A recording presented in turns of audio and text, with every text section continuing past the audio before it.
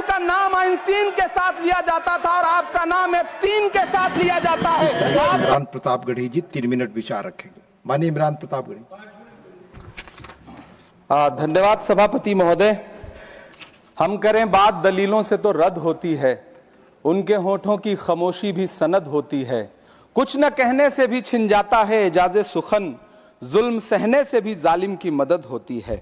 सभापति महोदय, मैं राष्ट्रपति के अभिभाषण पे अपने बात रखने के लिए खड़ा हुआ हूं। उस दिन देश की संसद के गलियारों में सरकार की तारीफ करती हुई महामहिम की आवाज गूंज रही थी, तो उधर मेरे कानों में हसदेव के जंगलों में आदिवासियों को जिंदगी देने वाले पेड़ों पर चलती हुई कुल्हाड़ी की आवाज गूंज रही थी। सभापति महोदय, इस तरफ महामहिम के भाषण पर प्रधानमंत्री जी संसद की मेज थपथपा रहे थे और उधर उत्तराखंड की अभागी बिटिया अंकिता भंडारी के इंसाफ की आवाजें मध्यम पड़ती जा रही थीं, जो आज भी पूछ रही हैं कि आखिर वो वीआईपी कौन था जिसके लिए अंकिता भंडारी को मार दिया गया।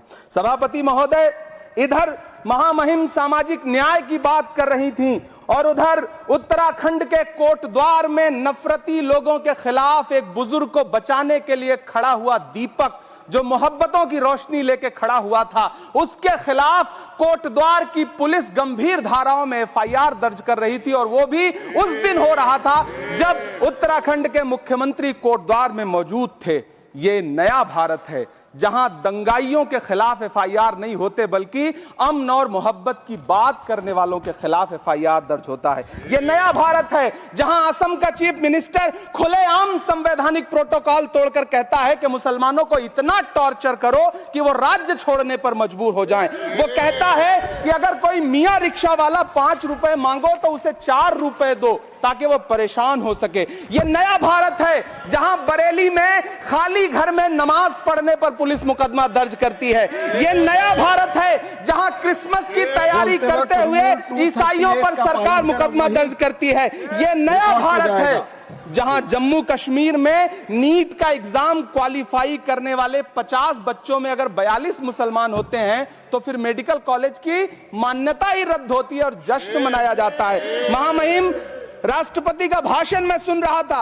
सर, यह नया भारत है जहां मध्य प्रदेश के बैतूल में बच्चों के स्कूल बनवा रहे मोहम्मद नईम का घर स्कूल इसलिए तुड़वा दिया जाता है क्योंकि वो स्कूल बनवा रहे थे। ये नया भारत है जहां कोर्ट का स्टे होने के बावजूद बनारस की दाल मंडी में सैकड़ों दुकानें तोड़ी जा रही हैं क्योंकि रास्ता चौड़ा करना है। सभापति महोदय, मैं आपसे कहना चाहता हूं कि जो पीढ़ी अपने बुजुर्गों को गाली देती है उसके साथ प्रकृति इंसाफ करती है। आज इंदिरा जी और नेहरू को गाली देते हैं, नेहरू को छोटा नहीं कर पाएंगे। नेहरू का नाम आइंस्टीन के साथ लिया जाता था और आपका नाम एप्स्टीन के साथ लिया जाता है।